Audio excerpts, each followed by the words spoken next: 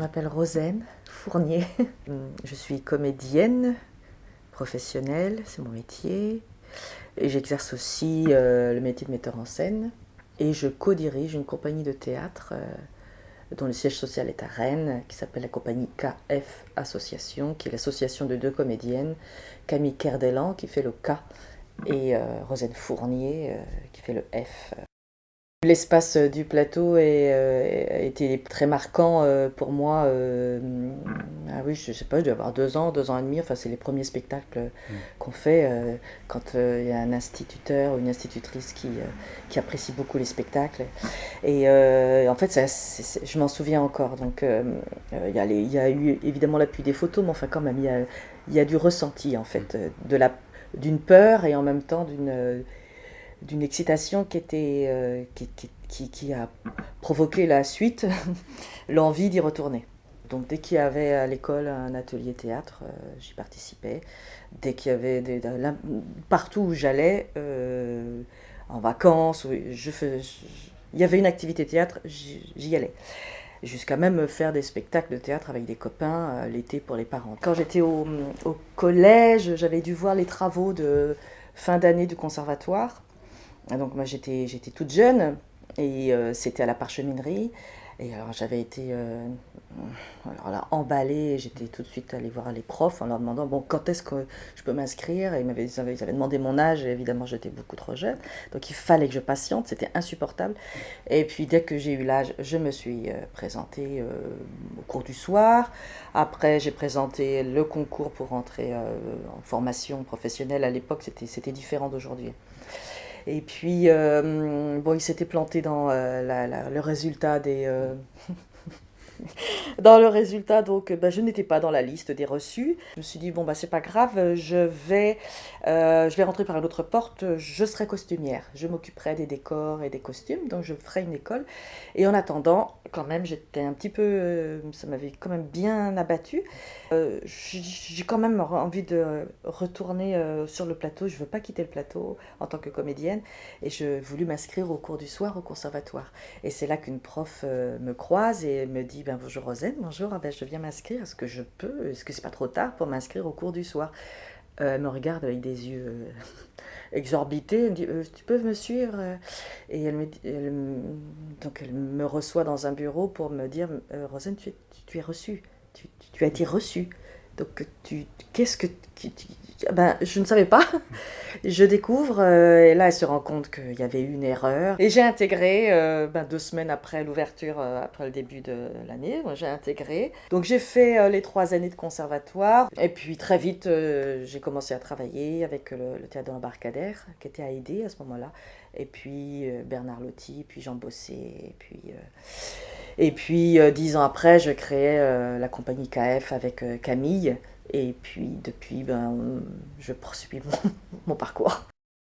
La rencontre avec l'ADEC s'est faite par le théâtre amateur, par un spectacle qui m'a donné très très envie. Je connaissais pas l'existence de la pratique du théâtre amateur, alors que je pratiquais le théâtre amateur en atelier, mais je n'étais pas consciente de la possibilité de pouvoir intégrer une compagnie et de faire du théâtre comme on en avait envie. Donc j'ai découvert ça en voyant le spectacle monté par Loïc Chauneau avec le théâtre de la Gâterie, donc il y a de ça quelques années, un certain nombre d'années. C'était le conte d'une nuit d'été, je crois que c'était ça. Enfin, c'était un Shakespeare. J'ai été très impressionnée par le jeu des acteurs et par la mise en scène.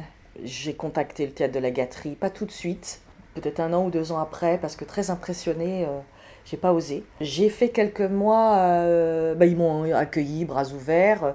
J'ai travaillé quelques mois avec eux. Bon là je sais plus, c'était au collège ou au lycée, je ne sais plus. Je n'ai pas tout de suite rencontré l'ADEC par leur intermédiaire, mais déjà je baignais dans l'apprentissage du théâtre avec cette troupe. On n'est pas allé jusqu'au bout du projet et je ne sais plus pourquoi. Donc ça c'était au moment de la scission du théâtre de la Gâterie qui s'est séparé en deux. Et moi j'étais avec l'équipe. Il y avait Michel Harel, il y avait Christine Bagné, Luc Bienvenu, et voilà, et puis d'autres acteurs dont je me souviens plus et je m'en excuse le nom et les prénoms. Et j'étais vraiment toute jeune et très très impressionnée. Et puis très vite, en fait, l'année suivante, en fait, c'est là que je me suis inscrite au conservatoire. Et au cours de la première ou de la deuxième année, je ne sais plus, dans un des bâtiments de la rue Marteneau, à l'intérieur, dans un des couloirs, des vieux bâtiments qui sentaient la poussière et la cire. Et je vois des affiches, et notamment une très belle affiche du spectacle Equus, je crois que c'est le titre, du théâtre du Totem. Je regarde spectacle à la DEC. Je ne connaissais pas. J'ai fait la rencontre d'un comédien qui est devenu mon compagnon, et qui est François Le Gallou, et qui est un des piliers, pas fondateur, mais un des piliers de l'ADEC. Donc j'ai découvert l'existence de l'ADEC, l'existence d'une bibliothèque riche, foisonnante, qui était ici, en auteur contemporain, et ça a fait une grosse claque en fait avec ce que j'apprenais au conservatoire. Et surtout la grosse claque, c'est quand un prof, je suis venue avec des affiches, je pense que c'est ça, j'ai dû venir avec des affiches de l'ADEC pour les accrocher sur les murs du conservatoire. Un prof me dit, mais qu'est-ce que tu es en train de faire là?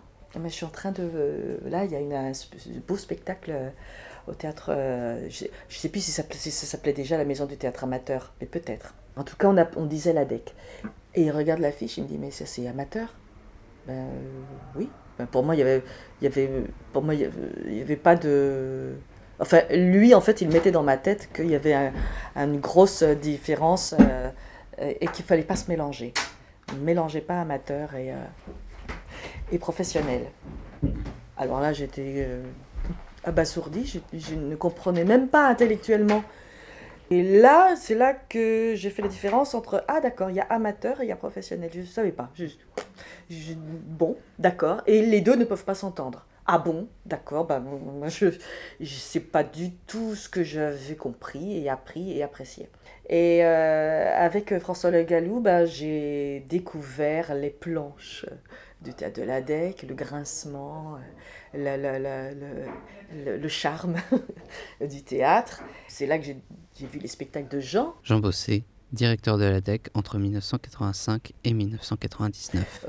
Avec Topel, la compagnie Topel, que j'ai rencontré Jean-Christophe Drouet, et puis ben, une familiarité qui s'est faite, qui se poursuivait en fait, avec de l'affectif multiplié par 50, 60, 100%. Puis ben voilà, je n'ai pas quitté en fait après le lien fort qui s'est créé à l'ADEC à ce moment-là. Et Jean Bossé a été le premier à me faire la proposition d'animer un atelier théâtre. Et moi, je le regardais comme ça, je dis, ah non, mais je suis pas capable. Mais bien sûr que si, tu es capable. Tu sais plein de choses. Il y a un atelier qu'on me demande d'animer un week-end, je peux pas le faire, je te propose de le faire, et tu vas le faire. Bien sûr, ça m'excitait, donc j'y suis allée. Je sais plus où c'était, à Plélan-le-Grand, je crois. Et je ne me souviens plus du nom de la troupe. J'étais tellement émue et animée par oh là là, plein de peur et plein d'excitation. Et voilà, c'est le premier. Par la suite, ben, j'ai vu et que c'était possible, les gens étaient contents. Et peu de temps après, il y avait les récits de naissance, le théâtre de Folle Pensée, Roland Fichet et toute l'équipe, en fait, Annie Lucas, toute l'équipe de Folle Pensée que j'ai intégrée. Et se sont déroulées ici les premières répétitions, ou en tout cas en cours de création de Terre Promise, le texte de Roland Fichet, mis en scène par Robert Cantarella. Et en fait, il y avait eu tout un... On avait assisté à une répétition, et à ce moment-là, il y avait aussi des ateliers auxquels moi je participais en tant que comédienne, avec le théâtre de Folle Pensée. Et ben ça aussi, c'était les premiers pas sur le plateau. Voilà, ça aussi, c'était très très fort. Et la première mise en scène de la compagnie KF s'est faite à la DEC. Il y a une chose que je n'ai pas dite parce que là ça concerne la bibliothèque. François Le Gallou est décédé avec me léguant, malgré lui, parce que c'était pas du tout une décision de sa part, hein, mais c'est de façon naturelle. Eh bien moi j'ai récupéré tous ces livres sur le théâtre, pièces et puis écrits et puis documents. Et j'en ai remis un certain nombre et on a créé un fonds Le Gallou à la bibliothèque. Voilà, ça aussi, ça fait partie du parcours quand même. Et de ce que vous avez pu aussi en retour apporter à l'ADEC. Oui, c'est une forme d'échange on peut dire d'amour, ouais, avec l'ADEC, ouais.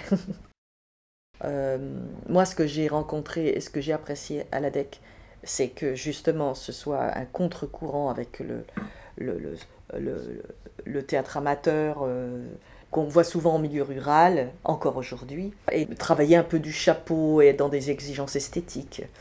Et ça vraiment, ça m'a beaucoup plu parce que c'était aussi une grosse claque que j'envoyais moi personnellement à ce que j'apprenais ou ce qu'on voulait me mettre dans le crâne au conservatoire, qui sentait vraiment la poussière. Et là, ce que moi, je découvrais avec l'ADEC, c'était de la lumière, c'était de la nouveauté, c'était riche. Et l'apport dans le projet d'Yvan, c'est Yvan Dromer, directeur de l'ADEC entre 2012 et 2019.